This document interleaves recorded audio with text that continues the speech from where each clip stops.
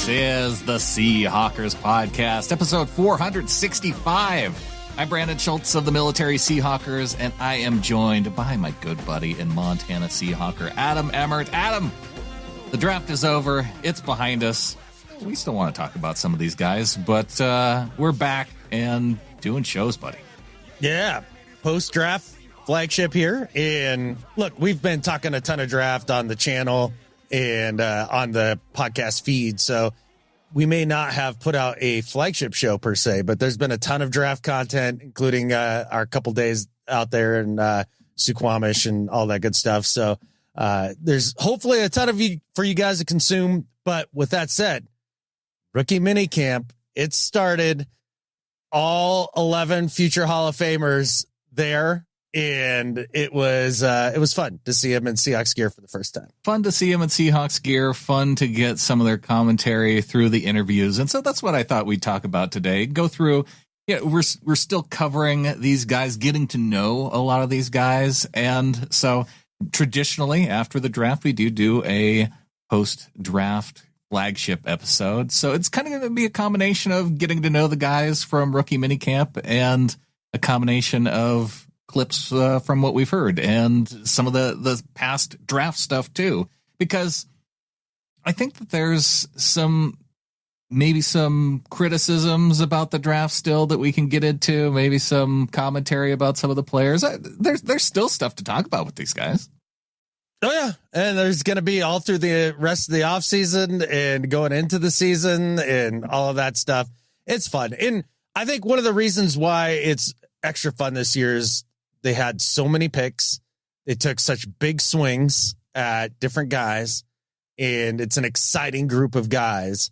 And I think one of the hardest things for us as fans this time of year is to remind ourselves that probably only 2 to 3 of these draft picks are going to have like a significant impact on this team for the next 2 years.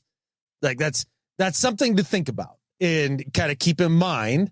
No, right. That said, that doesn't mean you can't be hyped for all 11 picks. You can be hyped for all 11 picks if you want to. Just trying to manage expectations a little bit. And we do tend to get a little ahead of ourselves. And if we don't manage expectation, then come beginning of the season, you're like, well, 11 of these dudes were future Hall of Famers. What happened? And, you know, they don't rip off their first 8 games and go 8-0, then you could be disappointed. So that's all I'm getting at. That's the same thing with draft grades, right? You get the draft grades afterward, and a lot of the different pundits have the Seahawks ranked as having an A draft. And gosh, you go back and you really don't know how good a draft is going to rank out until 4 or 5 years down the road. And like you're saying, with only so many guys working out, the last time we had a draft of 11 guys was in 2019. And you go down the list of dudes from that 2019 class, and it's LJ Collier, Marquise Blair, DK Metcalf, Cody Barton, Gary Jennings. And this is where the list you probably are wondering, oh, what happened to those guys? Like Phil Haynes and Ugo Amadi, well, they're still in the league. Ben Burkervin, Travis Homer still in the league. DeMarcus Christmas, remember that guy? And John Ursua, you know, our favorite 7th round wide receiver who is going to be the next Doug Baldwin. Mm-hmm. And you go down that list, and yeah, it's a good reminder. While that, you could say that John Schneider, actually, that was probably an A draft, considering that of those 11 guys, 7 of them are still playing in the NFL all these years later. As far as impact guys go, DK Metcalf was about it. Yeah, 1. And then you had 3 like marginal impact guys in there. Like Ugo played a little bit. Yeah. Travis Homer. Gosh, you'd have Travis Homer played a little bit. Yeah, you know, maybe another 3 Cody in Barton. there. He played a little Cody bit. Barton, he played a little bit. And that's kind of the thing. And although I think if you look at this draft in comparison to that in 19, and I think everybody struggled in the first round for the most part in 2019, if I remember correctly. I think that was a tough year overall, just the draft class. But as I look over these 11 prospects in comparison to those 11 prospects, I think that you have a more compelling argument to these fresh rookies coming in this year as being impact players because of their high upside in athleticism in comparison to that class. Well, we are going to get into a full scan of rookie minicamp and some of the commentary coming from our new players. But first, are you ready to kickstart your fitness journey? Whether you're an athlete, a fitness enthusiast, or just getting back in shape, Body Spec has you covered. For less than the price of a haircut, you can access DEXA scans, the world's most accurate body composition scan. If you want to truly understand what's going on in that body of yours, well, right now we're offering an exclusive $10 discount on single scans. You just got to use the promo code SHP at checkout. Give it as a gift to a family member or a great gift for yourself. It costs well under $100. These DEXA scans, they focus on the numbers that actually matter: your body composition, your bone density, and your overall health metrics. It's a great way to take charge of your well-being without the need for insurance or complicated procedures. And while Body Spec's competitors charge $150 or more for a single scan, you get this experience for way less than $100. You got to go check out the final price for yourself. You get a premium service at a fraction of the cost. Give the gift of a DEXA scan today.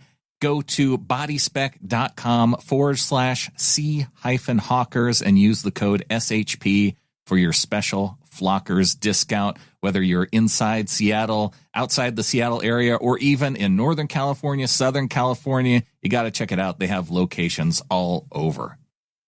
Adam, what do you say we get started with some of these guys? And I'm going to go slightly out of draft order because, Adam, in this draft, John Schneider, he finally selected a quarterback after all this time. Did it in the third round, the same round that Russell went in all those years ago, and maybe even similar to Russell Wilson. I feel like you had Russ ranked highly in your quarterbacks. We didn't have a show back then, but I do remember you talking about how Russ ranked out highly as you were even scouting quarterbacks even before we had a podcast going on. Honestly, that was one of the big motivators of wanting to get into doing the show, was that offseason, looking through the quarterbacks as we were kind of desperate for quarterbacks. Remember, we're in the Tavares Jackson kind of area here. They're bringing in Matt Flynn, all of that stuff, and just scouring the class to see if there was anybody that we could get, post Andrew Luck, RG3 top of it. And Russ just blew me away. And I was that annoying person in the coffee shop that you'd run into and be like, you got to check out this Russell Wilson guy. Like, he's got to be a Seahawk next. Like, watching everything and just dead convinced, and then kind of seeing that go the way it did made me think, yes, let's get into this podcast game because I feel like we have something to offer.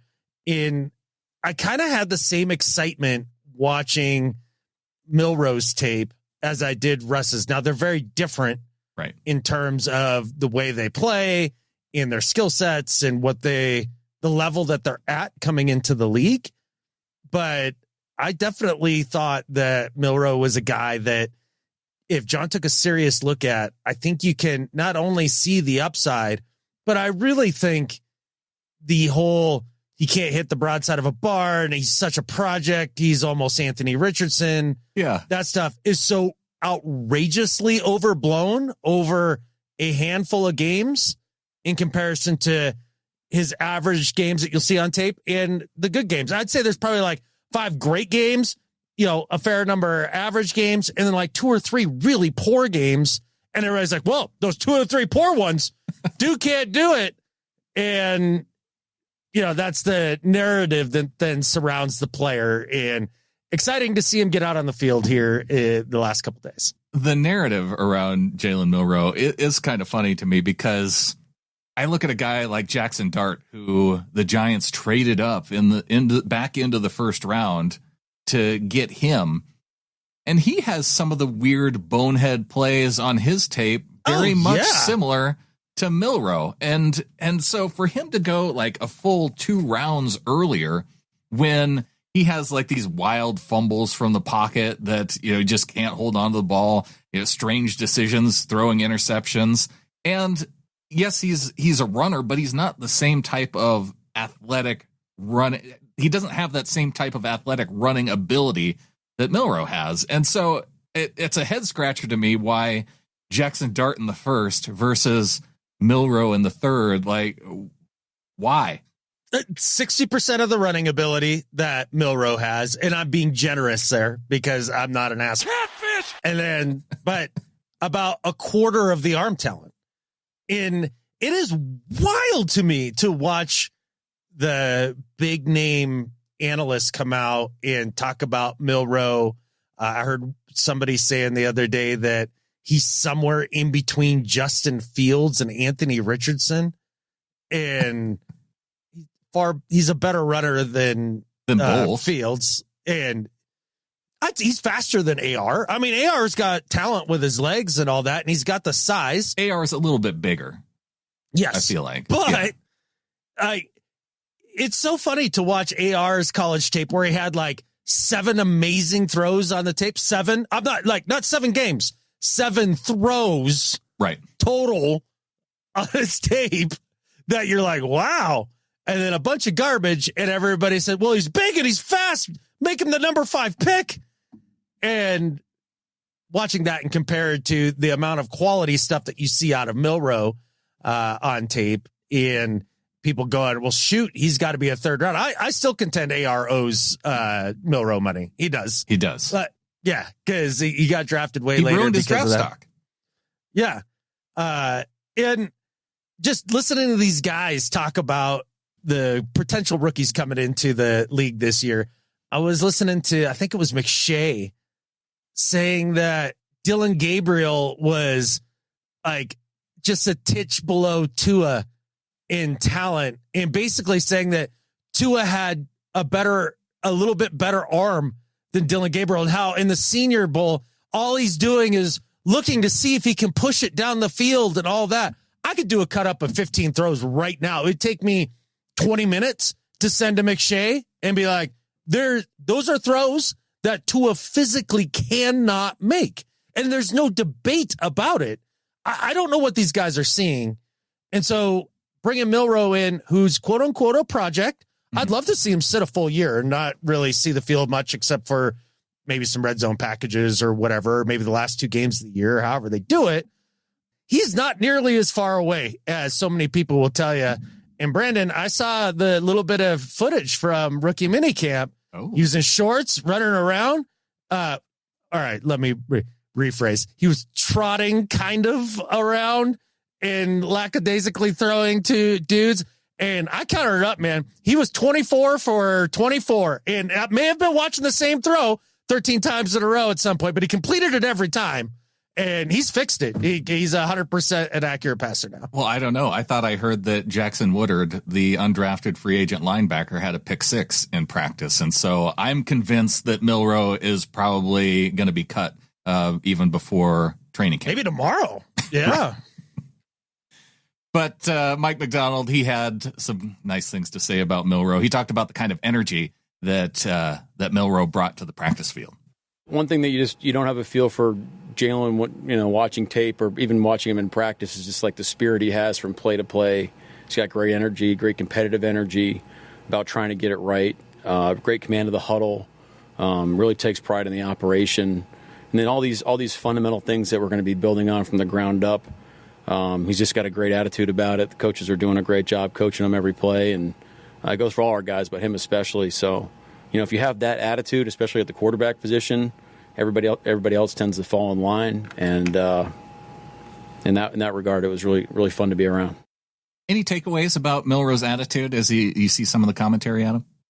I thought, first off, Mike's comment, that was in response to, I believe it was Corbin asking him, like, hey, he's been working on his feet. Like, does that change anything? He's like, his attitude that he brings to the game. I thought that was interesting. Like, not touching that one with a 10-foot pole. But now, okay, let me ask you this. Do you think that he didn't touch it because that Coach Macdonald actually pays attention to footwork and cares about that sort of thing? Or that he's so hands off that he's not going to touch it because that's just not his deal? Yeah, just doesn't give a shit. Catfish! He's like, sure. I mean, maybe his feet's better. I don't know. Ask Clint. Like, that's definitely how I took that. But listening to Milroe's interviews and just his presser, which I'm sure you have a couple of cut-ups from. Yeah. Very earnest, energetic, honest.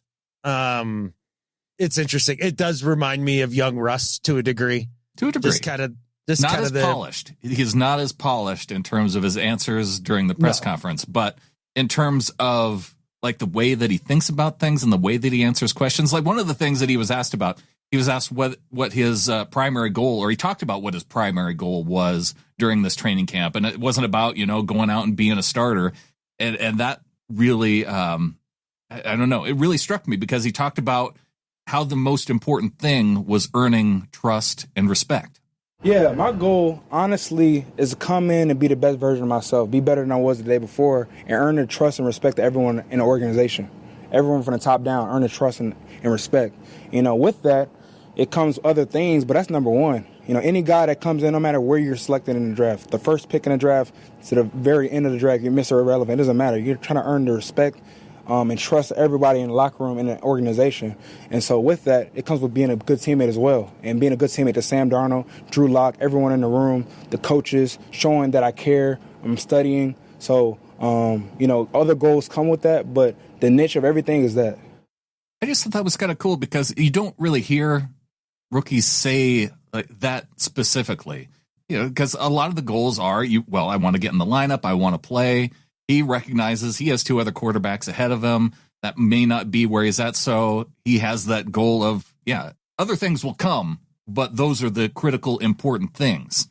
100%. And that's some stuff that's wise beyond his years that you're hearing pour out of his mouth there. And it's just the idea of, look, if I work on the things that I need to work on, that I know I need to work on, and it's clear to everybody, and I just take care of that, then the rest will take care of itself. I'll be on the field. So, because I've got all the talent in the world.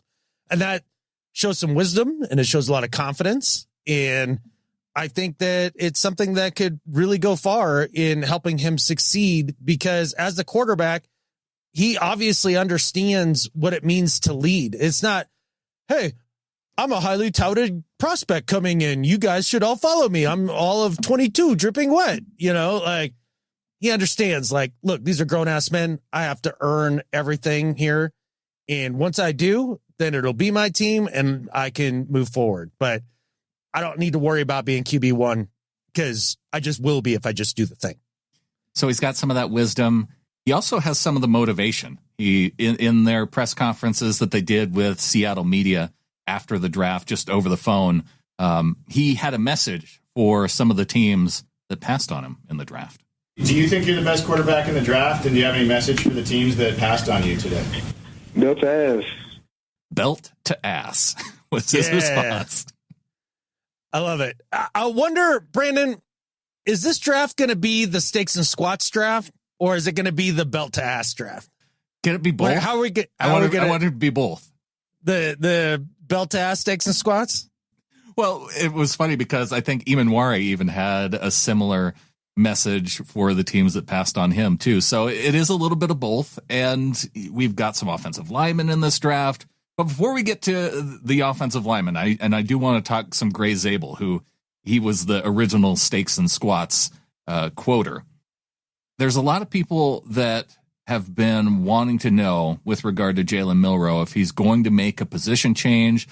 I hear a lot of commentary about Taysom Hill and if he's going to be that type of player, especially. And I think it kind of makes sense because it's the Kubiak offense. They had Taysom Hill.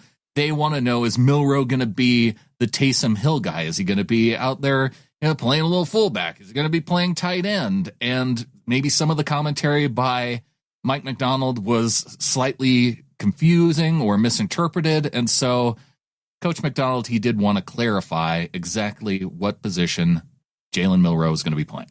I think what I was trying to say at the time was we respect the heck out of Taysom Hill. We've gone against him several times, and he's a gigantic pain in the butt and a great player in his own regard. But I think you have to go into these things. These are independent players with their own skill sets and own abilities, and we drafted Jalen to play exclusively quarterback. I think what makes Taysom such a great weapon is that the guy you have to account for him as a tight end and a fullback body when he's not playing quarterback, where we're not going to be using Jalen in that matter. So when he's in there, he's going to be playing quarterback for us. But I think the way that we want to operate with Jalen is if and when he earns opportunities to be on the field, will do the things that he does really well. Same as when Sam's taking snaps for us, we're building it around his skill set and the things that he does. And if you're not doing that as an organization and a football team, I think you're doing it the wrong way. So same thing with Drew. But it's going to start with the quarterback, and then kind of everything falls in place from there. There you go. Exclusively quarterback. Crystal clear. Yeah. I mean, it was pretty crystal clear when they made the pick to me. It's not like they were looking to bring him in and then turn him into a wide receiver or something. Like, I think that just because there was all that discussion, especially around a guy like Lamar Jackson, which it was weird. I went back and I watched some of the Lamar Jackson college tape just because Louisville? You watched some Louisville? I watched a little bit of Louisville. Well, because I was trying to think, like, for all the messaging around Milroe and because he came out of Alabama as a higher percentage passer than Lamar did out of Louisville. And you go back and you see some of those same runs. And I mean, Lamar, they ran so much, and he had so many of those highlights to where he's going untouched because like nobody has that level of speed. So I think Lamar, the better runner coming out of college, with how they used him at Louisville because he was their offense. Like they didn't need to do that at Alabama necessarily, but I was just trying to get some comparisons for the two types of games. But Lamar could sling it too. So I don't know. It's weird to me that Lamar then went to the end of the first round, but there was also that conversation around him, moving out to wide receiver and that sort of thing too. Yeah, by dum-dums that thought that was what should happen. I'm definitely on record on this podcast saying that Lamar Jackson could be great, and I liked him very much as a quarterback, and the idea of, moving him to a different position was not very smart. So when I look at Milroe in the throwing, I do put him a titch behind Lamar in terms of his polish, but not by much. I mean, we're talking just a skosh here. He's right in that same land of Allen and Lamar when they were coming out. And yeah, he's got some bad misses on tape. So did those other dudes. And you mentioned the completion percentage. And I think that's a tiny bit misleading only because I think the college game has gone even heavier towards the horizontal passing game and a lot of that stuff, which inflates it. But I mean, his numbers are significantly higher than even Allen or Lamar coming out of college, and compared to some other guys too that are thought of to be much more accurate. And so if you do take into account the horizontal passing game and you kind of, knock off maybe 8 to 10%, now you're pretty close to where those dudes were. And it all kind of lines up. But it's interesting that I'm just glad that the league seems to have a difficult time figuring this out for a lot of different dudes, because it gave us an opportunity to pick up a guy like this in the third. I also love that NFL execs are knee-jerk reaction guys. Like everybody, there's a bunch of people saying Lamar should be a wide receiver. Josh Allen was undraftable. Those guys come in, figure it out, and become MVPs. And then suddenly, AR can now be a top 5 pick. He busts. And then the league knee-jerks back and goes, oh, no, can't have that anymore. It's a dumpster fire every time. And Jalen Milroe lands in our laps at the tail end of the third, which is just a perfect spot to get a guy like that. Takes all the pressure off. And if it doesn't work out, oh, well, it was a late third-round pick. Yeah, exactly. In a spot where it's relatively inconsequential, probably a spot that John Schneider would have preferred to actually draft a guard. But we bullied him so badly that he finally went guard in the first round with the 18th pick overall. And we take Gray Zabel, offensive lineman out of North Dakota State. I say offensive lineman because he did play all over the offensive line, whether he'll be a center, whether it'll be guard. It's kind of leaning toward guard, specifically left guard, which would be an upgrade over what we had last year. And I know there's questions around the competition. I would be willing to put down a significant bet that he will be better in year one of his rookie season than Laken Tomlinson was in his, year 7 of his veteran season for Seattle last year. Yeah, I mean, low bar. It should be an easy bet to hit there. But to give Dave Bloomquist some love here, he had asked in one of our last videos, I think it was the one we did with Griff, Clinton and I, like, how come nobody's talking about his concerns about small school stuff? Because nobody else has them, Dave.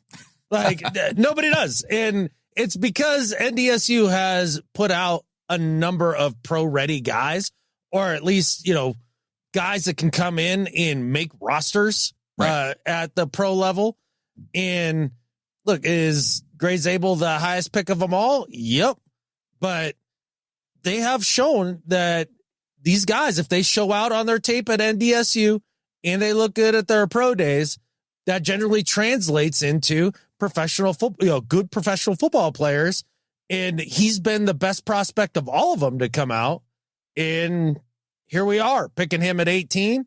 And so I'm not crazy worried that he's going to be a bust because he was a small school guy. I'm only worried that he's going to be a bust because John Schneider's the one making the pick. And it just hasn't materialized well for him picking interior guys at this point. Now, he hasn't done it this high, but here you go. Well, and that's the thing, too. Like, some people have been critical of Steve Hutchinson being involved in selecting some of the offensive linemen coming out of the draft. Why? I don't know. Well, because they haven't had a Pro Bowler. So because Steve Hutchinson hasn't found a Pro Bowler, I don't know, 3rd round and beyond during his time, that he's not good at scouting offensive linemen, I would say they probably never picked one of his top guys to actually be drafted to the team. And so finally, this is the opportunity. I have those questions too. I do share some of the small school concerns. And I went back and I looked at some of these North Dakota State offensive linemen. Every guy that they've drafted round 4 and higher, who have made the NFL, have become legit starters. And I guess the one that is bordering on busty would be Dylan Radins, who for the Titans, he's had a couple okay years as a starter for Tennessee. But Cody Mauch, who is maybe a borderline Pro Bowler, but he could he's a get good player. There. He's a good player. And he's better than anybody we've had on the interior in a couple years. Yeah. And that's what I mean. Whether or not he's a Pro Bowler. I know at 18, we want a Pro Bowl guard. I don't know if Zabel is going to be that guy. I think he's probably going to be good. Billy Turner, another guy, he was drafted by the Dolphins. He didn't really do much during his time in Miami, but he was a 3rd rounder. And then by the time he went to the Packers, he was legit for 4 or 5 years on that Packers offensive line. Zabel becomes then, I think, one of the 4 guys since 2014 from North Dakota State. The proof is in the pudding, and that's why those concerns kind of fall by the wayside for me. And we shall see. It's a little like, some of the moves that the Seahawks have made over the years that I've been critical of. I feel like I'm in the same boat as Dave, where it's like, yeah, I'm critical of this. I don't like being critical of this. I want to be wrong, but there's just something in my gut that screams that. It does for him, but we're going to find out, and we're going to find out awfully quick, because I don't think that there's much of a chance that this guy isn't starting week 1. Unfortunately, we'll probably end up drawing comparisons to Steve Hutchinson, another guard who was drafted in the 1st round, because Adam, Gray Zabel is going to be wearing the exact same number as Steve Hutchinson. He talked about what went into that decision. Well, that was kind of the equipment staff's idea, and I had to ask Hutch if it was okay to wear it, and he was all for it and super excited for it. So, I mean, it's no better number to wear in Seattle history. The other thing that I like about Zabel is that I like a guard who is willing to trash talk. And if, if he's doing it at a lower level, then fine. But I want him to then bring that up to the NFL game. And so, hey, if he's not getting the opportunity to trash talk, he's got to find ways to get in there and do it. And he talked about why talking trash to his opponents is part of his game. I mean, offensive line, you can't score. You can't catch a pass. You can't do any of that. So when you block a guy extremely well, sometimes you got to let him know. And I think that's the fun and joy of playing offensive line. But at the same time, you got to stay humble in your ability. Yeah, tough guy stuff. And one of the things that really does stand out about Gray is I know this doesn't really help on the field, but it is a part of being a professional player. He's ready for the moment when it comes to pressers and interviews and all of that stuff. Like, he really does a nice job with all of that and is fairly well spoken for a dude from Pure. Yeah. It's one of the Dakotas. I mean, yeah, it is a little bit surprising as someone from Montana who consistently makes fun of people from the Dakotas. Although I think Gray did grow up in Iowa, so maybe he has that going for him. Okay, yeah, that must be what it is, because we all know that most people from one of the Dakotas, like, they don't even know what words are. They just have grunts. I know we have some Dakota listeners. I know, but wait, tease us back about all of our craziness out here in Montana. Like, I say the same thing about people over in eastern Montana, which is essentially Western Dakota. That's exactly right. It feels that way. Yeah, that's where Bronco Jared is out there. Yeah. Well, Gray Zabel's fun. Nick Emmanwori is pretty fun too. And one of the things that, with safety, it's really hard to go out and find safety tape and even safety highlights. And I felt like a lot of the safety highlights that the videos that I saw, especially with relation to Nick Emmanwori, they were not helpful to him, because the ones that I found, it was either him picking off a pass where the quarterback got hit, and so it wasn't really a play that he made necessarily. He just happened to be there when the ball came down. Or it was a nice play or hit against Old Dominion or Wofford. I finally in this past week, Adam, I found some cut-ups against him playing against Oklahoma, LSU, Alabama, and actually saw some tackle-worthy highlights. Not like Bam Bam Cam, like big hit, but tracking the runner, running him down, where you could see his speed show up on tape, where you could see his ability to diagnose runs show up on tape. And it's like, freaking finally, after we draft him, I can actually see some of the things this guy has. And one of the reasons why I wasn't all that excited when he was selected at the top of the second round, although, I mean, if Mike Macdonald is taking a dude on defense and one of the only guys that they even took on defense throughout the entire draft, like, how else am I going to be excited about a guy on defense if not for only the second guy that we took in the 2025 draft? Second overall pick for the Seahawks, their first second round pick. They trade up to go get the guy. And I think one of the things that's the most unfair to Emmanwori is you see the height, you see the weight, you hear about the speed. And I think everybody initially was like, ooh, he must be like Bam Bam. Well, his coach also coached Bam Bam. And so that's where I think a lot of these comparisons even came from. So it was probably because the guy that coached him hasn't coached anybody of that size apart from sense. Right. And that's fine. But like, look, I'm not going to sit here and pretend that I watch a bunch of college ball and that I watch a bunch of South Carolina football and that I watch a bunch of Nick Emmanwori. Now, with that said, once he became a draft pick for the Seattle Seahawks and you go and you start looking at stuff and you go through it, if nobody had mentioned the name Bam Bam Cam and I watched the highlights, I'd have been like, damn, he's a pretty sure tackler. Damn, he's fairly fast. Damn, he's got some ball skills. Like, okay, I can see it. Mm-hmm. But then when you set your expectation of he's supposed to be like Cam Chancellor and then you turn it on, you're going to be like, what? This isn't Cam Chancellor. And I think that's what's turned off a lot of Seahawks fans at the idea of drafting him in the first place. And let's stop trying to draft the next Cam Chancellor. Why? Because you're not going to find that dude for another 100 years. Like, he's a 1 in a million type dude. How about let's be excited about the first Nick Emmanwori that we've had on the team and all the talent that he can bring. And then you pair that with somebody like Mike Macdonald, who really does seem to get the best out of these types of players in his scheme. It's a natural fit. I don't think he's going to be nearly the project some people do. And I think he's going to be a bigger contributor. He might. No, he won't be. I was going to say he might be a bigger contributor than even Zabel, but I don't think that's true. But I think he's going to be right up there.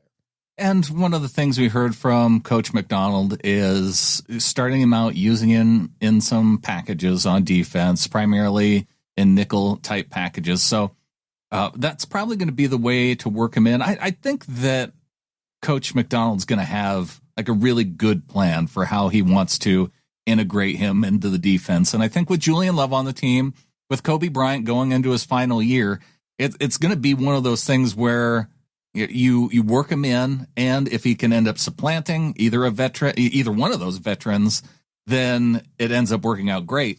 But yeah, if you can find a way to work him in and grow into that Kyle Hamilton type role that we saw with the Ravens defense, maybe that works out too. I know we kind of thought that just this last year that Devin Witherspoon might be that type of guy, but it ended up being more Julian Love that played those types of roles within that Macdonald defense. It was. And I think why I like Emmanwori in that role, especially coming in as a rookie with a lot to learn, is I think not only can he play in the box fairly well, but I think his coverage skills are better than Cam. I think he's a more natural mover and a little more fluid of an athlete. And I think he can be a lot better in coverage. He could be that George Kittle eraser at some point. And we could stop getting flamed by all these, tight ends, especially the ones in our own division for a change. That would be refreshing. Yeah, the one place where I think people have criticism with him and in his coverage ability is more when he's playing like that deep zone type role, to where not necessarily matched up one-on-one with a tight end, but is covering like a deep quarter of the field. And he's had some issues where he struggled being like the last line of defense type guy. I think that's something that can be coached and fixed. One of the cool things that we heard from Nick in his press conference is that he said the night before the draft, Cam Chancellor actually sent him a text, and Nick thought it might actually be a sign of what to come. Cam Chancellor, actually, before I even got drafted that first night, he had texted me. He had sent me a message, like, out the blue. It was like, hey, man, wherever you end up, we'll go ground hard. Just a little heartfelt message. And that was one of my, favorite safeties, again, growing up. So I was showing my brothers, and like, oh, Cam Chancellor just woo-woo.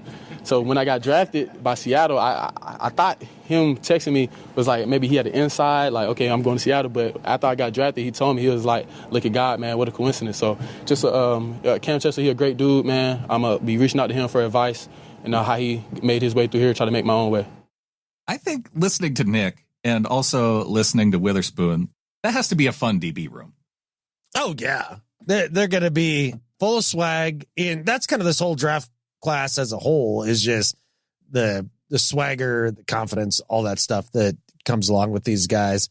But the DB room, that sounds like a lot of fun, especially like you said with Spoon and now Emmanwori feeding off each other. Like that could be really fun. Well, next up is Elijah Arroyo, tight end from Miami. One of the quotes that I heard from him this past week, he talked about his journey from playing running back in Pee Wee football to playing tight end in the NFL. Pee Wee football, growing up, I always played, running back. I always had the ball in my hands. Once I started getting older, like middle school, high school, I started playing receiver. By like my junior year of high school, I was really just a big receiver. I was really good at perimeter blocking. So they told me I was going to play tight end, and, that's what I'm doing. Have you had a chance to go back and watch any of Arroyo's stuff, Adam? Because I have to be honest, leading up to the draft, like all through the draft process, I did not care about tight end enough, and I still haven't gone back to watch any of Arroyo's tape. Watched a tiny bit of it, and I don't know. It's one of those things where, because there's not a ton of it, because he didn't see the field a ton because of the injury problems that he had throughout his time in college. But with that said, I mean, big, tall guy, fluid mover, catch the ball well. I think one of the things that I found interesting was when I was watching Damian Martinez stuff in the run game at Miami, there was a couple nice Arroyo blocks in there where I was like, wait a second. I was told this guy was worse than Jimmy Graham at trying to block, and we're only going to be using him out as a flex end and all that stuff. Maybe even out as an X receiver. Right. And there's no way he's ever going to be able to block anything ever. And seeing a couple of those made me go, hey, maybe this guy can be a little bit more of a complete package than we originally thought. I'm just going to have to see it to believe it to a degree. In my football life, as in terms of my fandom, I have never had that really dynamic, amazing tight end in my football life. I've just never had it. So every time they bring in somebody like Jimmy or draft somebody like Arroyo here, or who Noah could easily Fant, be the first one. Yeah, Noah Fant. I'm always like, cool. Yeah, we get that dynamic tight end. I'll believe it when I see it. It just hasn't ever happened. So I don't believe they exist here. That's kind of, I think, where I am too. And maybe I just don't want to jinx it as far as going and really getting excited about it, because I don't want to be hurt again. Yeah. And it's hard for me to. We're like the knee-jerk reaction people at quarterback, except with tight end. That's very true. Yeah. I mean, I'm not saying I'm immune to it. Tell me this guy comps to Noah Fant. Not excited. Yeah, exactly. Whatever. Noah got stiffer as he got old and he can't even, whatever. But with all that, I guess what I have a hard time with the pick is just, not a hard time, but one of the mild criticisms I'd have of the pick. And this would be basically my one mild criticism of the draft. If I had to give it a grade, I'd say A-, and that's picking some nits from an A. And it just would be passing on the two Georgia interior offensive linemen when they had an opportunity for one of them there at that pick with Arroyo. Not only that, but you had guys on the defensive interior, guys, potential pass rushers. So I think, of all the spots within this 2025 draft, this is where you look at and you go, well, if Arroyo doesn't hit, is Scorton, the A&M defensive end, is he going to be a guy who was picked with the pick after a guy on the defensive line who ends up being good for Carolina? Is Mike Green, the pass rusher out of Marshall that was even talked about as a potential guy in the first round, he ends up going to the Ravens. What a great situation for him. Are we going to be looking back at that? Some of the defensive interior things. And the reason why I focus on defense is because they went so light on defense in this draft, right? So to come out with only two guys within the draft, I know that they ranked very well in the guys that they got as undrafted free agents, and those guys have a potential. They have potential to make the team, and the defense was good already, and so maybe they didn't need to focus as heavily. But you called it out too. If it's not the defense, they could have taken other guards or a center. And I would have preferred that that's what John had done, but I'm not going to sit here and complain after he went and took a guard with his first pick. I'm not complaining. This is just being like, if I'm looking at it objectively, is there anything I would have personally liked to have seen different? This would be it, but I'm not wringing my hands over it. Well, the one other defender that they went out and picked up, it was Riley Mills, defensive lineman from Notre Dame. And Adam, I do like to go through and pick out my favorite draft calls every single year. Mm-hmm. Riley wasn't my favorite, but he was right up there. And one of the things you can tell just from his call is the type of energy and the type of personality that he has. What's up, Riley? Hey, what up, Coach? What's up? How you doing? I told you, come get me. Hell Spoke yeah! into existence, my man. Oh, let's go, man. Hey, so everything you said on that visit, man, I'm so pumped. Oh, bro, I'm so happy. I'm so excited. Just enjoy today with your family, bro. You worked so hard. Hell yeah, we'll do. The people that got you there. Just enjoy it. I will, man. Yeah, I will. I can't wait. Okay, I'll see you when you get. I can't wait. All right, sounds good. Riley, what's up, bud? Hey, Delta. Let's go, dude. Yo, bro. Let's go, man. I'm ready to go. I know it, man. Let's go. Hell yeah. It's perfect, right? It wound up where you're supposed to be. Hell yeah. I knew it was the place, man. I knew it. No doubt, bro. Well, man, I appreciate you. I can't wait to get you here. So you got some of that energy there. And you also felt it in his press conference, too. He talked about his 30 visit. I think I heard somebody say that the Seahawks were his only team that invited him in as part of his 30 visit. And it really was that visit that helped bring him in and get drafted by the Seahawks, at least from his perspective. it was good. I just kind of went in there, and Coach Hines brought me through some of the defense. So it was cool. He had me pull out the chairs and just walk through some of the calls with him, and that was the first time I did anything kind of really football related since my injury. So I was like kind of getting hyped up in there. So everyone kind of like that. And then talking to AD, Coach AD, it was just great hearing his vision for me and his plan. I felt like we were on the same page in terms of my versatility and the things I can bring. So I walked away being like, this is where I want to be, and I feel like I'm super happy I'm here. Again, this goes to the theme of all these guys seem pretty cool. No, for sure. And I think that's one of the big things that John talked about, and he's talked about for years, honestly, is guys who fit in.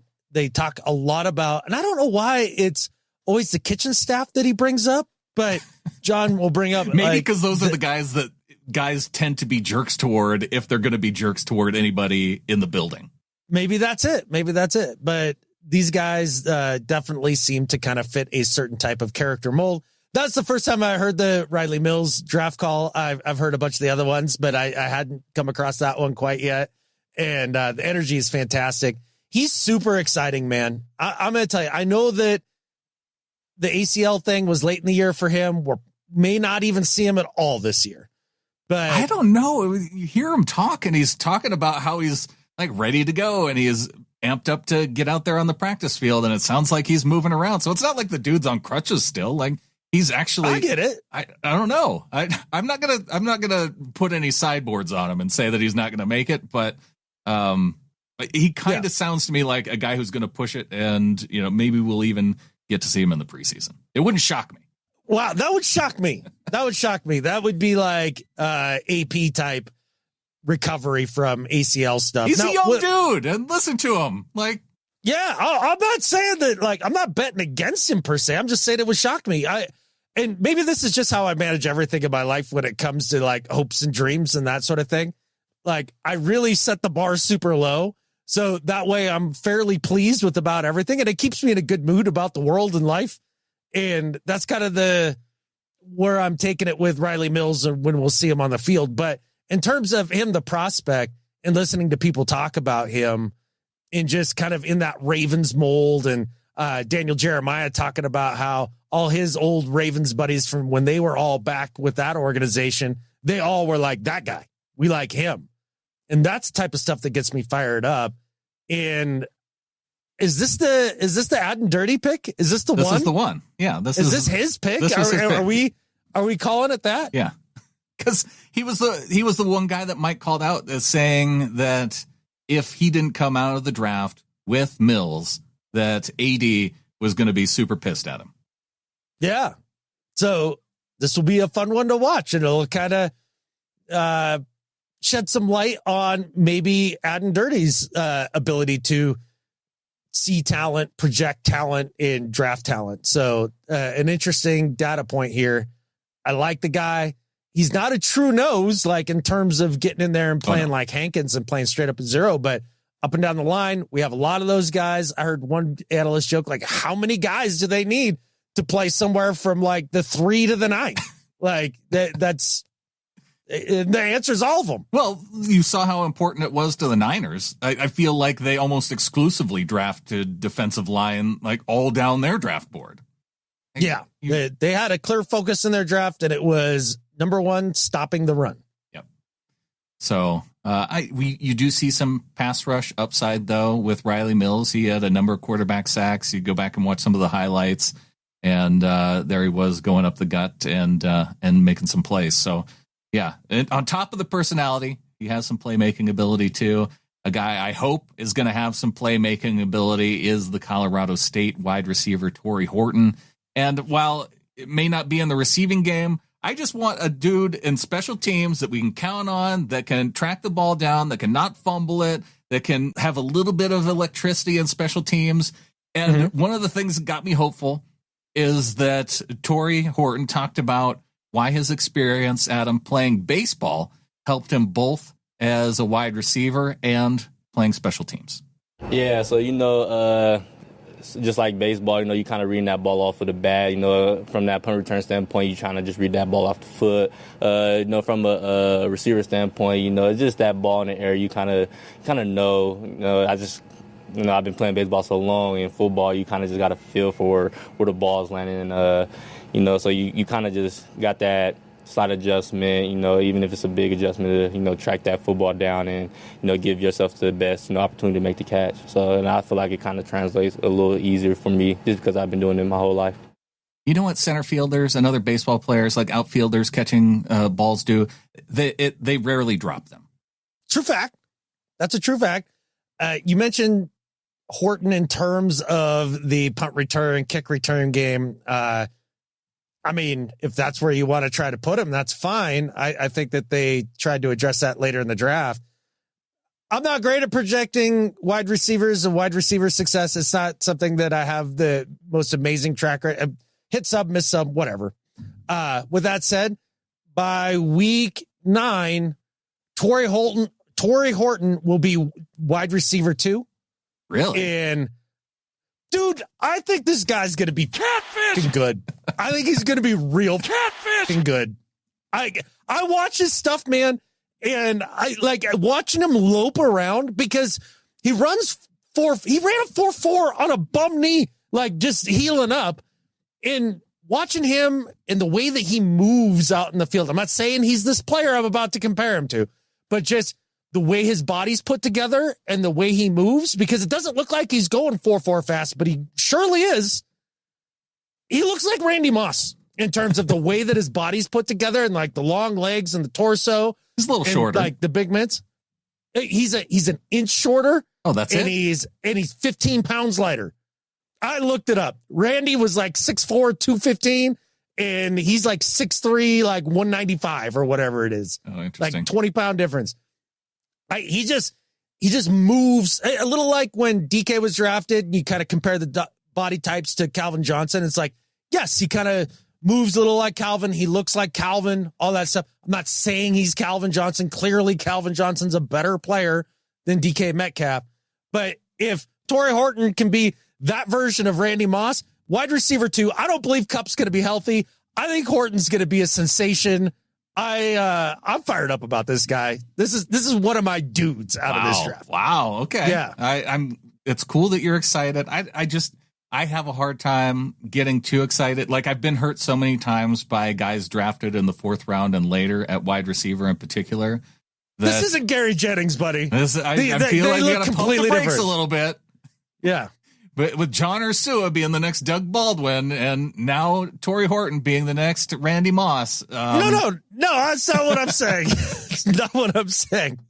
Just saying he's put together similarly. Comparing body types, I was listening to the full press conference, and Hawk Blogger brought up his similarity in size and speed and height to Torrey Holt. And you even kind of Freudian slip there into Torrey Holt when talking about him. So, shoot, if he could be 80% of Torrey Holt, that would be amazing too. That would be a boon. I'd be excited about it. I think that's great. I think he's longer than Torrey Holt, I think, in comparison, but his catch radius is ridiculous. It's ridiculous. And he's got I don't know what his hand size are, but on the film, it looks like his mitts are just massive because he just plucks the ball. Like it's so clean in contested catches and getting open in short spaces and all the stuff. And apparently it's been an injury thing for him that kept him from being higher. I heard a lot of guys saying he was a top 10 dude in terms of receivers in this class for them if he hadn't have torn the knee up. But man, runs 4.41, like just in the middle of his rehab. After tearing the knee up?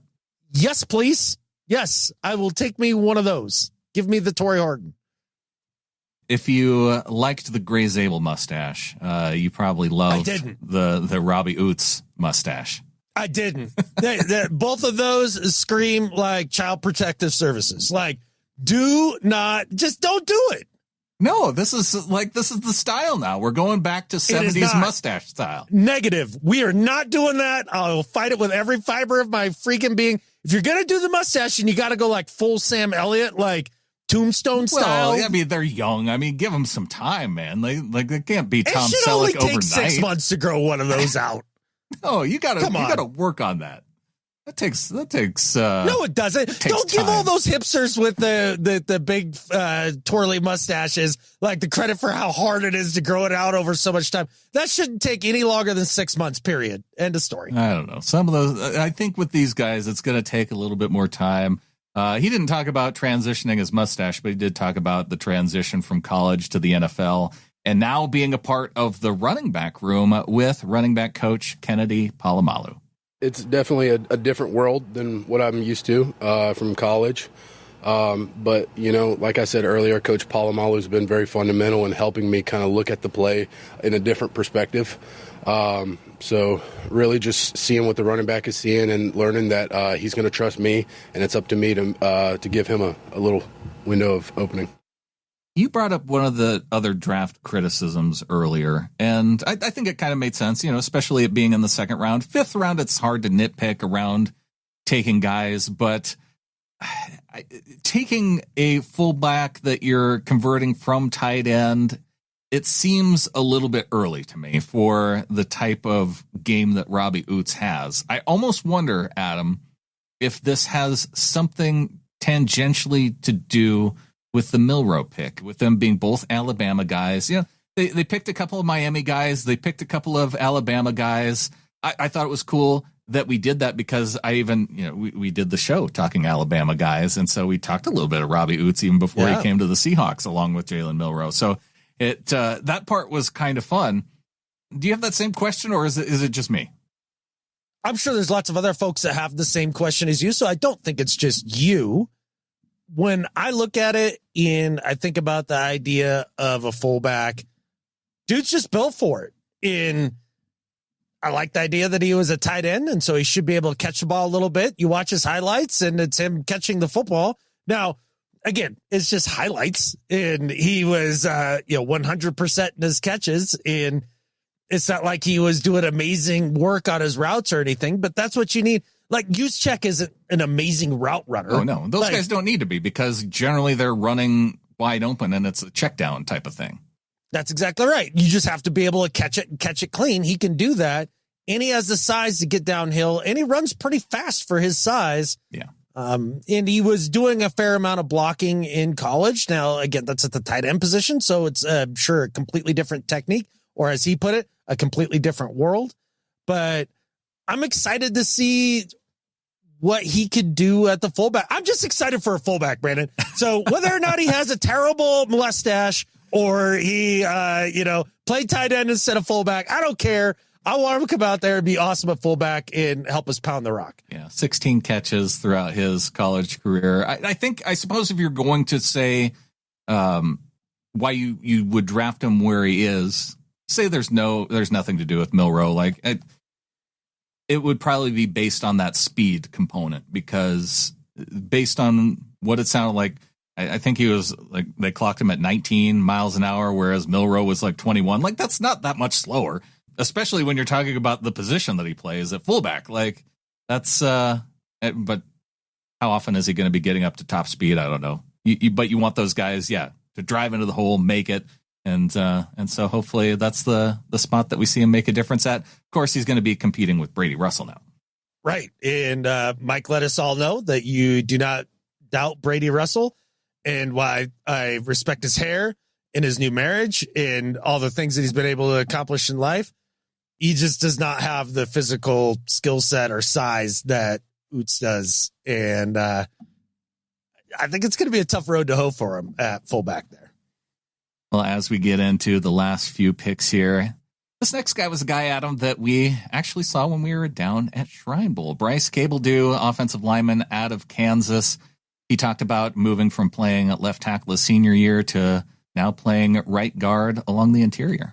I played right side for the first 4 years of my college career, and so I'm a little bit more comfortable on the right side, and so, it was like getting back on a bike, going back over to the right side. And, you're playing inside, it's a little bit harder for me to stay lower, since usually I'm able to be standing up a little bit, so that's probably been the thing I've been having to work on the most. I mentioned we saw him at Shrine. I went back and I was looking at some of the pictures that I took, some of the video that I shot, and we did see Cabledew going at left guard. We saw him at right guard. He didn't stand out particularly. with, in terms of like overpowering talent with some of the guys there, but he was a guy we watched. And there is one thing that I'll say, as I went back and watched some of it, he does have in his skill set, like the ability to, after he's beat, he has some good recovery moves. Whereas like we saw dudes at Shrine where after they were beat, it was like, okay, I give up. This play's over. And true fact. And Cable do, at least, like if he got beat, it was like he had a move to go to. And so that was one of the things. I mean, when you're talking about dudes in the 6th round, you're probably not looking at a starter, but you want guys that have at least some skill sets to build on. I Cable don't remember him at all at the Shrine Bowl, and that's no knock on him at all. That's just me being at my first Shrine Bowl, trying to figure out the process and maybe not getting the full value out of what I was seeing out there. But how can you miss the Kansas Jayhawk logo like that? Of the many logos that you see, like that one just, it always stands out. I'm pretty good at just taking really ugly things and just blocking it out and pretending like it didn't exist. And so that's what's easy for me to do with the Kansas logo there. But with that said, I've heard a lot of different people talk about this guy, and there's really not much of a consensus on, well, he's a guard, or no, actually, I think he's swing tackle. I think he's this. I think he's that. About the only consensus that I've been able to kind of circle around was fairly athletic, plays hard. And look, man, if he can come in and compete for that right guard spot as a 6th round pick and maybe take that spot over, that'd be pretty exciting. But we'll see what happens there, because the competition's thick. It's super thick at that right guard spot. But I don't think that the talent level is so overwhelming that he doesn't have a shot either. So it's going to be fun to watch. How you describe that is just about how we could describe the running back room too, with the amount of talent that's there. Damian Martinez, running back from Miami. He was also at Oregon or Oregon State. Oregon State, then to Miami. Yep. Oregon State to Miami. And we heard from him during the press conference as well, talking about how he really likes to be part of a powerful running game. Smash mouth football, I played at Oregon State for 2 years, so I'm really familiar with the offense, the play style. So, I'm just ready to get to work. How would I forget Oregon State? He said it right in the quote. Exactly.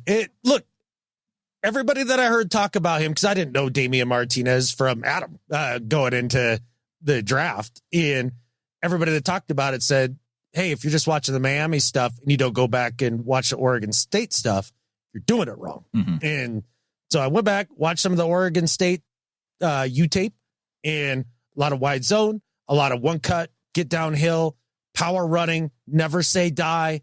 Runs a lot like Chris Carson to me, and just power. I love this. Is your type of football then? Oh my God, yes, 100% yes. And Zach Charbonnet better watch the hell out, because he is the power back that I'm told Sharps is. And I think he could easily replace Sharps on this roster. I really do. Can he do some of the third down things? Maybe he can come be that guy, because having a Chris Carson and a K9 in the backfield. Yes, please. All of that, like a real legit thunder and lightning with an offensive line in front of you that is at least mid-tier legit, and a scheme that's a legit NFL scheme. Yes, it especially trying to help out a quarterback that's coming here and learning the system and, on his 3rd team in 3 years. Like, I think that would be super helpful. Well, skipping ahead to the final pick of the draft for the Seahawks, Ricky White, wide receiver out of UNLV. Another special teams type. I put Horton at special teams primarily because of the round that he was drafted in. I'm not looking for guys necessarily to start, and especially in the 7th round. One of the things we heard about with Ricky White is that playing on special teams, he was able to block 4 punts in college, and that was something that he attributed to one of his college coaches. I had my special teams coordinator was James Sheebis, great special teams coordinator. Gave me so much knowledge about punt blocking and just being a great special teams player. Really, I learned so much technique and detail from him. That comes with like chasing the hip of the in-man line of scrimmage defender, and that really just that get off. So who are you going to compare Ricky White to? Is he also the next Jerry Rice? Yeah, kind of combined with the next Tim Brown, and just pick all sorts of really good receivers from the Bay, I guess, and we'll call them that. No, one of the things that I took away from listening to folks talk about Ricky White is that, hands down, one of everybody's favorite, like, just kind of do it all kind of guys that's going to be great on special teams, be gritty on offense. Just one of those dudes that you want on the team, in a cool pick and seemingly a cool personality. What I find freaking hilarious is that we go from Damian Martinez, selected at 223, and then we go to Ricky White, selected at 238. And the guy that literally nobody is talking about, that I know jack about, is tackle/guard Mason Richmond, selected at 234. You forgot to mention him at all. I was going to say, I was saving him. Because he was my favorite draft call. I wanted to save my favorite draft call for the end. Oh, okay. Very good. Very good. I thought he just wasn't getting the love that he deserved, as I think he's gotten this entire draft process. All right. Well, I'll get to the draft call. Let's first then hear from Mason Richmond from Iowa, and what it was like then working with our offensive line coach, John Benton. He knows what he wants out of guys, and he's very high demanding, and that's what I like to appreciate in a coach. And expects a lot out of us, and high expectations like that usually lead to good results. So really excited to work with him and Coach Out and Coach Q and everybody. So you got Iowa offensive lineman Mason Richmond. You have Iowa native and North Dakota State offensive lineman Gray Zabel. And you have our Seahawks. What happens when you mix all of those together in an historic combination where you have the first pick of the Seahawks draft, then calling the second to last pick in the draft, Mason Richmond, for the Seahawks? It turns into just an amazing draft call, because you have to think, and I think I even heard this from Mason in one of his commentaries too, that when Gray Zabel called him up on the phone with a lot of the prank calls that you had heard about throughout the NFL, as a prospect, you're thinking general manager might be calling me, head coach might be calling me, shoot, maybe one of the area scouts if the team's getting cute, like we saw with the Seahawks doing a little bit of that too. But generally that's where the list ends. But no, it was Gray Zabel making the call to Mason Richmond and welcoming him to the Seahawks. Here it is. Mason? Hello? Mason, Gray Zabel here. How we doing? Good. How are you, Gray? I'm doing well. I'm just here standing in the room here, and I'm supposed to ask if you're ready to be a Seahawk. What'd you say? I'm supposed to ask if you're ready to be a Seahawk. Oh, yeah? How's that? Pick 234. It's going to be called Mason Richmond. All right. I'll be waiting for it. Absolutely. Fired up. Let's do it, man. Fired up for you. Midwest Sounds boys good, out in the Pacific Northwest. Can't wait. That's right. We got to stick together. Exactly. Hey, here's Coach Macdonald here. All right, bro. That's pretty cool, Ray. That's pretty cool. That was awesome, man. Congratulations. Thank you very much. I think it might be a first. I think we just made history right there. That's pretty awesome. That's awesome. I'm really excited. That's great. Hey, I want you to talk to our offensive coordinator, all right? Hey, is Clint around? All right. Hey, Clint, here you go. Mason, congrats, man. Welcome to Seattle. Thanks, Coach. Appreciate it. Hey, we're excited to have you, and we expect you to come in here and compete your tail off, all right? Sounds good. I'm going to do just that. All right, high expectations, and look forward to seeing you when you get here. I'm going to introduce you to Coach John Benton. All right, here he is. Congrats. Sounds good. Thank you. Hey, Mason. Hey, how's it going, Coach? Good, man. Congratulations to both of us. Thank you very much. Yeah. Yes, sir, for both of us. Yeah, no kidding. Couldn't be more fired up. Getting something going pretty damn good around here. You ready to go to work? Yeah. Oh, I'm ready. Yeah, very cool, very cool. Well, I'll let you celebrate, and we'll get in touch here in a couple days, and then we'll see each other in a couple days after that. Sound good? Okay, sounds good, Coach. All right, man. See you soon. There's so many things that I like about this call, Adam, which turns this into one of the perfect draft calls.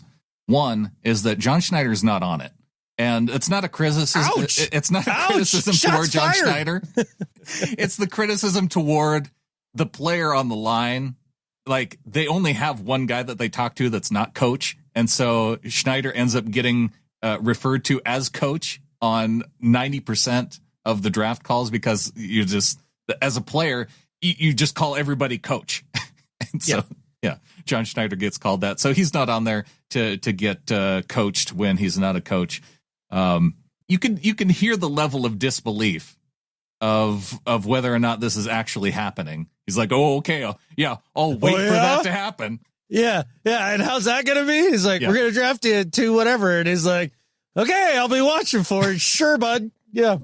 It's great. Yeah. And are you ready to be a Seahawk? And then like the pause, like, what's that? Okay. It's a very funny call. Also, credit to, I think that had John Schneider been on the call, I don't think that he would have called him coach, because he called Zabel Gray. He didn't call him Greg. And so that's also how I know that Mason Richmond, he's on top of his game. Good listener, that Mason Richmond, and a qualified, or not qualified, but a bona fide skeptic. I like it. I like the way that he thinks things through. One thing that we know, and you kind of pointed it out here, Brandon, about the Seahawks, what they're looking for in offensive linemen these days.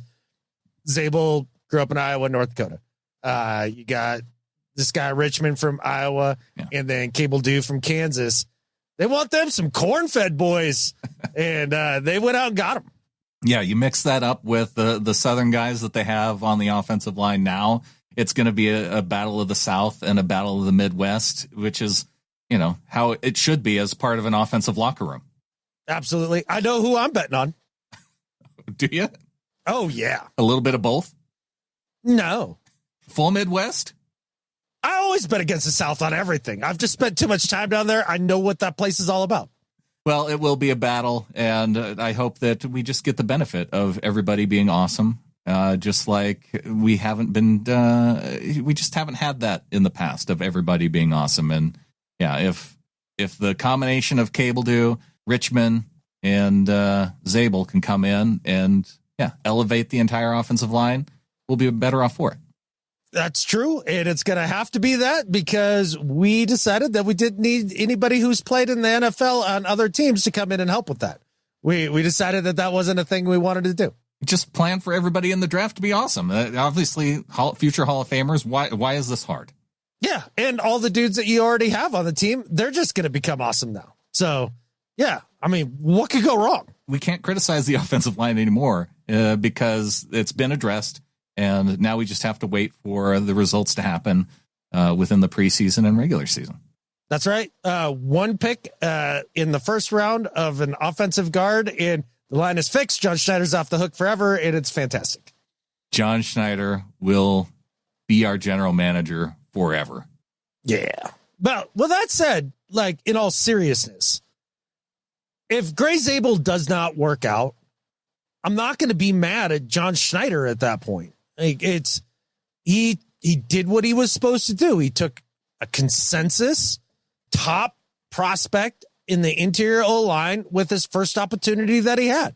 Yeah. I mean, I don't know what else the guy's supposed to do draft-wise to try to hit there. And so at that point, if he doesn't work out, I'm not saying it's anybody's fault per se. Like, I'm not going to kill John Schneider over that. This is a time, and here's the difference for the folks that got mad at me for being frustrated with John, for being like, well, John tried. He tried to get guys. Yeah. No, this is what trying looks like. Thank you. This is what trying looks like. You actually get the dude in the building and see if he works. That's a try. Well, not just going and talking to a guy is not trying. You don't get credit for that. Like, this is an actual try. Exactly. We talked about what trying actually looked like with Chicago, with the Vikings. They went out and made significant changes within the free agency component before they got to the draft. And that's why we were so frustrated then. The draft component of this could have been better, but it was. Again, that's picking nits. It is. For me, I don't know about you. I said I gave you my draft grade because they matter and they're not at all stupid. A- is what I gave it. What say you? Let's take a break. I'll come back and I will have my grade for you, Adam, in the second half of the show. You're such a tease. I love it.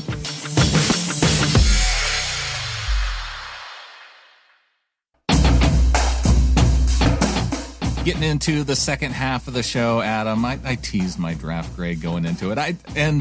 It's interesting because I generally view myself as a slightly more positive person than you.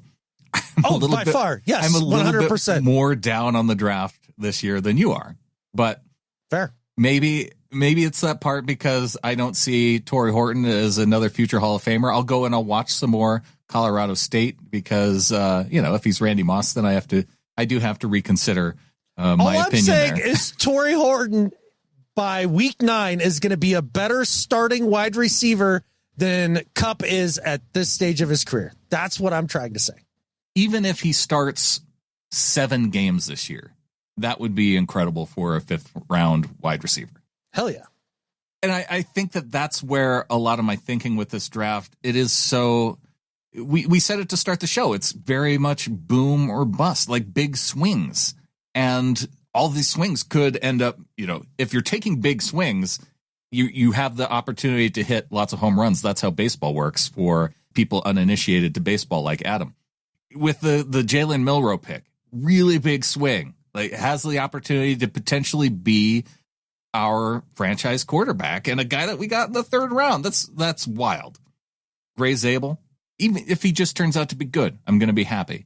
Emmanwori, he may not be a starter this year, but if he develops into the Kyle Hamilton role, these are all things that with every one of these players, it feels like as you go down the list, there's caveats to each one of them.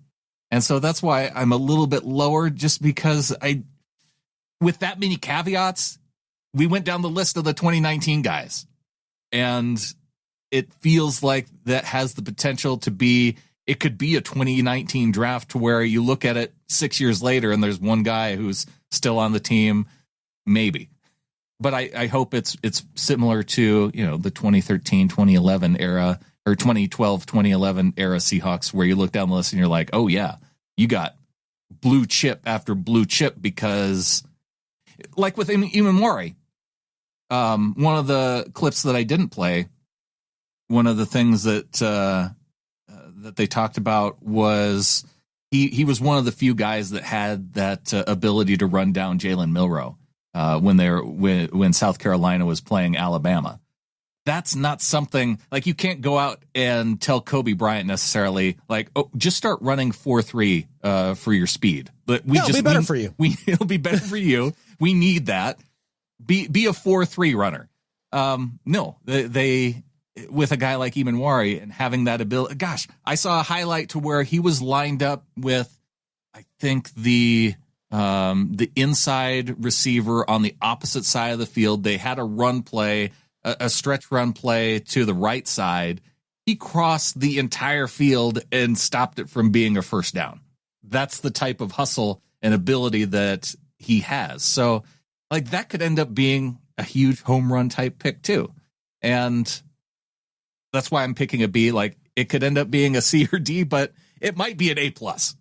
Oh, absolutely. I mean, that's why I kind of joked about the so important draft grade because they're so accurate and all that stuff. Because, yes, it could be all over the map.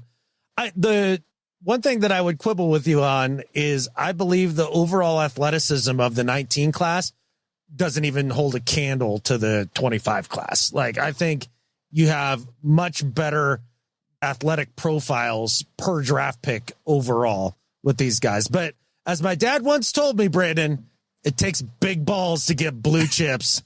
And look, John took some big ass swings here. I love it. These are the types of things that should fire up as a fan.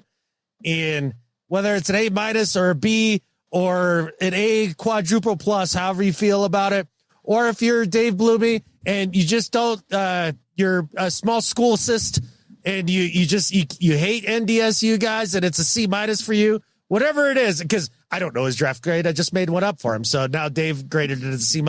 You're going to be fired up about this draft come the season. I think there's going to be 2 or 3 guys that contribute. I'd say of the not Gray Zabel. Yeah. Okay. All the other picks. Who is your dude that you're the most fired up for? I didn't know it until we started going through them. Apparently, Torrey Horton's that guy for me. Who is it for you? It's Milroe for me because of that potential. And gosh, yeah. Is there a guy that I probably talked about more leading into the draft? I went back and as I'm editing some of the sound clips from shows, you talked to Brent, talking to Alabama football, and then I've talked Milroe with Earl Thomas. I talked to Milroe with the Emerald City group that was performing. I ended up talking about him with everybody even before we drafted him. True. So when I think about Milroe, I am super fired up about Milroe, and I think I'm keeping it out of my, guys other than Zabel. I should have said Zabel or Milroe because I honestly like the quarterback pick. Yeah, I mean, that's going to be the one that most people are. But with that said, one of the things I want to mention when we talked about Milroe is when Allen came out, I said, that dude's a super duper star. I was like 89% convinced that he was going to be freaking outrageously good. Mm-hmm. Lamar, I really liked. I was probably at 75% sure that he was going to work out and be a good player. With Milroe, I'm probably at like 70 to 72% sure that he's going to work out as a really good NFL quarterback. Interesting. Yeah. Okay. So definitely way more likely than not, but not quite as certain as some of those other guys when they came out. If I were just to pick someone based off of circumstance, it would have to be Emmanwori because the situation that he's going into where he's not going to be asked to do a ton in his first year. Like he doesn't need to come in and be a starter right away. So he doesn't have that pressure on him. He has all of the athletic traits and profile that, and he has enough on tape to where you look at it and go, okay, yeah, he did this against legit NFL style competition. I just wish I would have seen some of that, those clips and cut ups before we got to the second round of the draft and we actually picked him. I still don't think I would have been as excited if they would have taken him with the 18th pick, just knowing the need that they had at guard. But John Schneider did say that they had 4 guards like legit on his radar. And it sounded like Zabel might have been the number 1 over Booker, who was off the board to the Cowboys by that time, but maybe they would have been able to get one of those other guys. Who knows how they would have worked out if they were still on the board for that pick that they got Emmanwori with. Well, one's Booker, and he was off the board. So I'd be really curious to know what the other 2 were. Yeah, Booker would have been one of the 4, if not ranked. Right. Not knowing and John where the pretty ranking much admitted that. Like he had spoken towards that in some of the post-draft interviews and all that. So what I want to know is, who are the first top 4 interior offensive linemen taken off the board? And does John, since he has 4 that were on his list, does he know that you need 2 to start on Sundays? Like you don't have to choose just one? Like you could have gotten another one? I'm guessing he thinks that one of the other guys on the team is going to step up and fill the role of the 5th guy, and that they had other needs that they wanted to go and address ahead of picking another guard. Because if you had 4, the chances are by the time Emmanwori was off the board, I bet that 4th one then probably wasn't there by the time that they took Arroyo in the second round. Well, that's why I was curious about the first 4, if they all went before Arroyo. But with that said, I would have been a little more fired up, I think, about the Arroyo pick if he was a more balanced tight end where you're like, oh, you can play him in line and he is going to block quite a bit. Like that's kind of that de facto second offensive lineman, take it early kind of thing. That would have been exciting. But those 2 guys were already gone. Yeah, they went for the pass catching specialist of all of them, and that's kind of where it's kind of like, eh. Okay, so Savanea, I think, would have been one of them who went to Miami at 37. True, okay. And then maybe there was Donovan Jackson who went to Minnesota, and there was Josh Simmons who went to KC, the Ohio State. But I think both of those guys were tackles, but probably projected. If I had to guess at the 4, well, is that 4 then?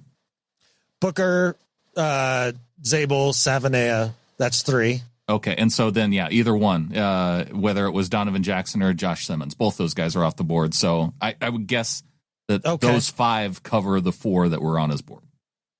Okay, fair enough. Then, I mean, it's hard to be too bad about going tight end there. Unless Ratledge was one of those 4.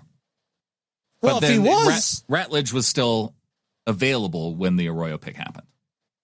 Then I suppose then you're just thinking Arroyo just had the higher grade at that point. Yeah. If Ratledge was one of the 4. That would be the one that I would have the question on. Okay. If they saw one of the other guys as tackles, that I mentioned earlier that went to Minnesota or KC. I mean, again, it is nitpicking, and I'm not going to get, too pissy pants about it at all. Like, I'm just not. You know who's not pissy pants? It's our executive producers, DCH, Doug Chancel, Harry, Ryan Peterson, our live YouTube executive producer, and JC Schilling in the 313th. Big thanks to our executive producers for executive producing. We didn't see any of them out at the Clearwater, which is unfortunate, but maybe next time. Yeah, that's because they respect our autonomy, as really good executive producers.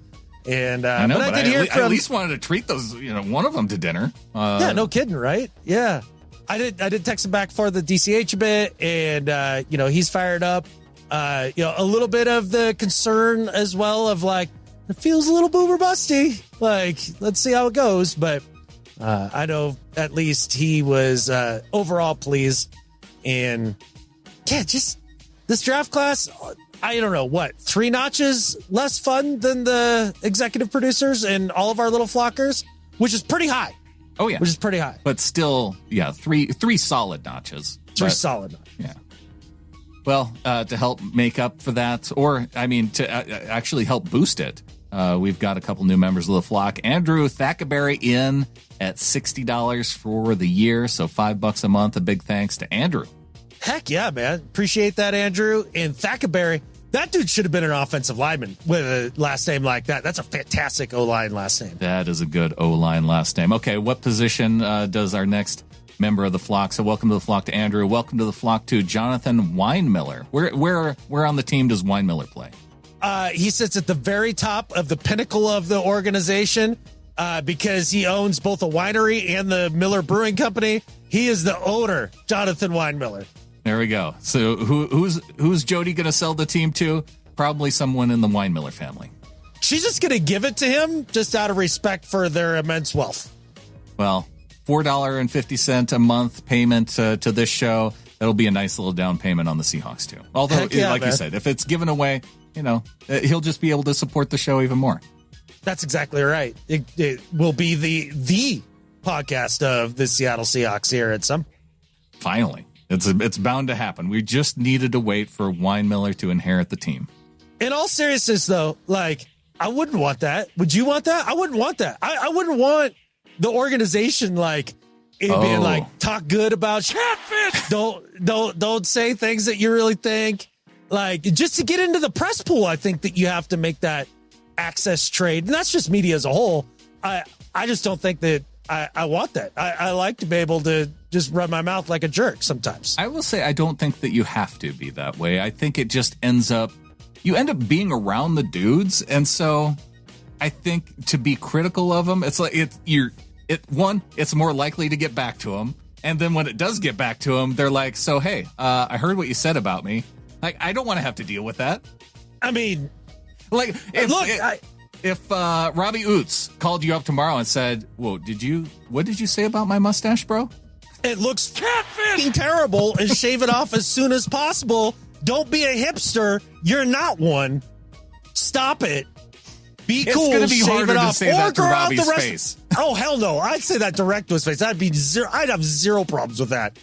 I told Phil Jackson to screw off one day because he was mad at me about how much hand processed black and white film cost when he came into the photo lab, and I was 17.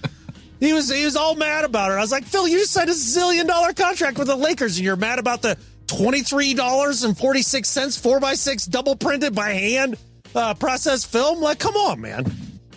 Yeah, some of those people are just. We had Maury Povich experiences up at Big Mountain too, and I worked at the rental shop there too. It's some. Did you? I've never heard of your Maury experiences. No, it's just similar, like complaining about the cost of things.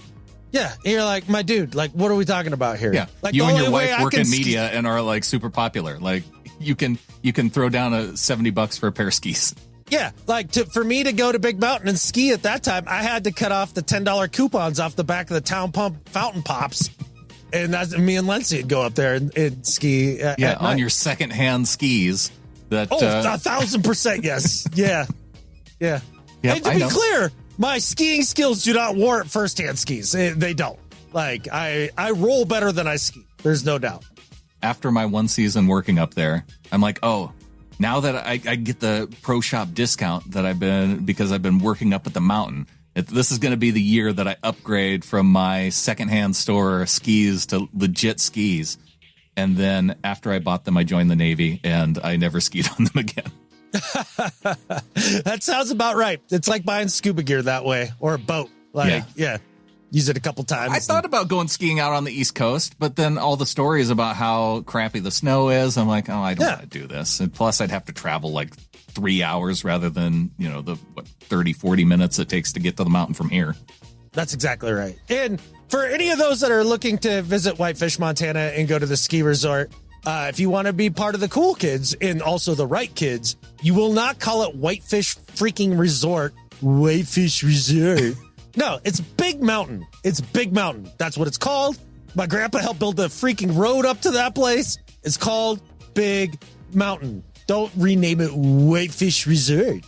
Well, and if you just want to avoid like the big crowds, you just go to Blacktail now anyway.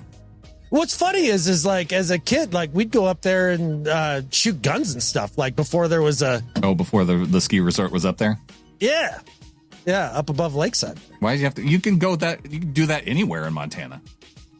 Oh, I know. But by the time we got to be about teenagers, they were starting to close off a lot of the gravel pits and stuff. Oh, gotcha. So you drive up Patrick Creek there and go by the cult place and go shoot guns. It was great. There you go. Story time in Montana. That's what it was like growing up here. Exactly. Yep. On to do better and better at life. All right, man. My do better this week is for the city of Chattanooga, Tennessee. And my good buddy Alec, who lives in Chattanooga, we were recently working together, and over lunch, he brought up the fact that everybody in Chattanooga is just super fired up because Chattanooga is the first national park city. And I looked at him and I said, wait, what? What's a national park city? That's an amazing question, Brandon. It's an amazing question because this is where my mind initially went because I was like, so a national park city. Wait a second. I can't think of one city that's a national park because national parks are the opposite of catfishing cities. They're literally the opposite of what cities are. Yeah. And they call themselves a national park. I was like, okay, this doesn't make sense. The only towns that I know that are even state parks are called ghost towns. They are uninhabited. There's nobody there anymore except for like the one caretaker. That's right. Like a real live American functional city is literally the antithesis of what a national park is supposed to be. So on their webpage, this is something they said here. This is as they try to explain this idea that makes literally zero freaking sense. It says this is an intentionally human-first approach to community conservation that creates more volunteerism and civic engagement around community health, beauty, art, and fun. They might as well have not typed that sentence. It doesn't mean anything. That's like corporate nonsense speak. And then my second question was, so like, is this, if you're a national park city, like, are you now part of the national park organization? answered right here in the next sentence. Well, not affiliated with the National Park Service. Then you're not a catfish national park. You don't have gates. You don't have entrances. You don't have wildlife. You don't have wide open spaces. You're a damn city. So I asked Alec, I'm like, what is the point of all this? And people are fired up about this? He's like, oh, it's for economic growth. Why am I going to Chattanooga now with more urgency because it's a national park city than if I were to just go? It's still Chattanooga. Nothing has changed. Literally zero has changed except for the stupid title that makes no sense. It's an oxymoron. And it's a complete title. I hate this. Chattanooga, get your poop in a group. You're not a national park. Do better. Do better. Until you appropriately rename yourself a national forest city would be somewhat acceptable because, you're not charging entrance fees. Like that would make slightly more sense. But you're not a forest. You're a catfish city. Yeah, but you could have like heavily forested cities where you have a nice urban forest. You could at least sell me on that idea because that's all this is marketing. Exactly. That's what makes me so angry about it. And there's already a thing for having trees in your city. It's like Tree City USA. Yeah. Missoula's got a sign for it as you come in. Like there's already a thing. You're not a forest. You're still a city. Don't give Missoula any ideas. They're going to end up being the second national park city. This is so stupid. It is. Apparently it's a huge, huge deal throughout the city. Like everybody is big time fired up about it. As we argued about this over lunch, like even the people next to us, like Turner was like, this makes no sense. Like, what are we talking about? And those are people in Arkansas that were like, yeah, no, this doesn't make sense. Look, if you can get everybody in the city on board and rallying behind an idea, whether it makes sense or not, if it's good for the city, then it gives the city an identity to hold on to, I guess. And they already had one. The sense of community. How can that be bad? Because it's a lie. It's all based on a lie. It's like being in a cult. Chattanooga is Cult City, USA. National Park City thing. Just got to go there and drink the Kool-Aid. That's right. My do better this week is for Lee Vowell of 12th Man Rising, the popular Seahawks blog / website. And I have to give this. Normally I don't go after our own. Yeah. But Lee needs to do better. After I read this headline, Seahawks may regret drafting Riley Mills in the 5th round of the NFL draft. I said, ooh, where did the Seahawks screw up? I'm looking for legit criticisms about the Seahawks and their draft. I want to know what Lee thinks about this draft pick of Riley Mills. And we're on episode 465 of the Seahawkers podcast. I don't think I've ever called out someone for an article subheading. You know, the little heading that's underneath the main headline? Oh, yeah. The subhead of Lee's article is maybe and maybe not. So you have the article, Seahawks may regret drafting Riley Mills in 5th round of the NFL draft. Then you click on the article, and underneath it says maybe and maybe not. Maybe not. One. Is it upper register, you think? I think it is. Yeah. It probably is upper register. But the thing about this, Lee, you can do better than this. And you know how I know you can do better? It's because you have an actual subheading as your subheading later on down in the article where it says Seahawks might regret choosing Riley Mills over Ty Hamilton. Okay, now we're getting somewhere in the article. This is the legit criticism. I had to scroll down, though, from the main heading through the subheading down to the subheading just to get that point. Your subheading should have been your subheading, Lee, and for that, do better. That's right. What, did he think this was a Sunday feature? No, this was a news piece. Inverse pyramid, buddy. Yeah, maybe or maybe not should have been at the tail end. I like it. I mean, you close it. That's your closer for the article. To be fair, that's half my arguments on this show. Is like, yeah, maybe. Also, maybe not. So, I think we did poke a little fun at that just through our draft coverage too, because several people had said, "Oh, maybe this works out, maybe it doesn't." Well, it's hard telling, not knowing, as they say. 60% of the time, it works every time. Every time, buddy. Well, if we're moving on to Better at Life, Brandon, so let's move on to Better at Life than Skip Bayless here. Yeah. I know what works every time for you in Reese's Peanut Butter Cups. That's one. I have a second. No. And this isn't exactly what you've always hoped and wished for. But goddamn, is it close? And I think you're going to be excited. I want you right now, Brandon, to get out your keyboard, and I want you to type into the Google Volonaut. Volonaut. And I know one of your lifelong dreams is to have a hoverboard, a flying skateboard. This is not a flying skateboard, but it is a flying motorcycle. Oh my gosh. This is cool just as like hell. In Star Wars. That's right. It kind of looks like the thing that the Goblin drove around in one of the Spider-Man movies, man. It's jet powered. It's like, yeah, it's like in Star Wars, it's like the speeder bikes. Yeah. Like, this thing's damn cool. They just came out of quote unquote stealth mode, and they aren't offering them yet. But this dude is literally flying around on this little squatty motorcycle thing. It is cool as hell. I want 5 of them. I want them now. And I thought you would think that they're super cool too. Now, while not a skateboard, I think as an older man, you'd appreciate sitting down as you fly over the terrain. So Volonaut with the air bike, better at life than Skip Bayless. As soon as I saw this, I thought about winter and snowmobiling, but this would be a snowmobile that then hovers over the snow.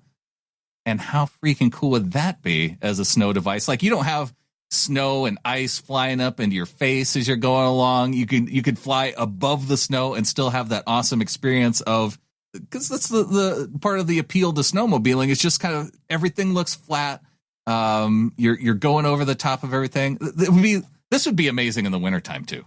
Would there be a time that this wouldn't be amazing? It would always be amazing. I dare you to ride it with a frown. Can't be done. Like, this would I don't understand though why he has to fly so high. Like, I would be fine just with it being like, I don't know, 5 feet off the ground. This dude's like 30 feet up in the air. Yeah. He kind of goes all over the place, and like over the water, over the snow, over the desert, over the grass, over the trees. Yes, please give me one. Give me one now. I don't know what its range is. I mean, I can't imagine it's all that crazy, but that's one of the coolest things I've seen in a long time.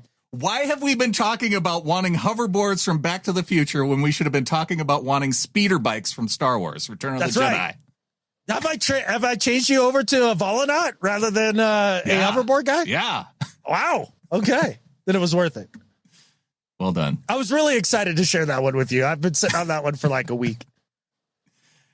Well, my better at life than Skip Bayless this week is also one that I've been sitting on for a week because, Adam, we had a great time out at the Clearwater Casino, and I wanted to properly thank one Christopher Hart, who you can listen to over on the How Bizarre podcast. He does a great show over there with his buddies. He's been doing it since, he was part of Tales from the Space Pod when we invited him on season 1, I think, of our podcast. And so we've known Christopher a long time. And when he hit me up via Facebook and said, hey, you want to come out here to the Clearwater Casino and broadcast or do a show from the draft, I was 100% on board. He helped make that happen along with his coworker, Carlos, who would also get a Better at Life nomination if he were not a dirty Rams fan. So honorable mention. We all have flaws. Honorable mention to Carlos, but a full-on Better at Life to Christopher Hart. Heck yeah, those guys were great. The whole staff was, and just to get the invite from those fellas and to kind of be put out like right out in front of the people like we were, and like the whole facility, it was just cool. It was just a cool experience, and I'm looking forward to doing it again if we didn't burn a bridge somehow while being there, and it'd be a lot of fun. I don't think that we did anything like ask for only blue M&Ms or having our Reese's peanut butter cups unwrapped in our room. In fact, I don't even remember seeing the Reese's peanut butter cups up in my room, so maybe next time we need to make some demands. Always room for growth, baby. And I think with that, there's only one thing left to say. Go Hawks. Go Hawks.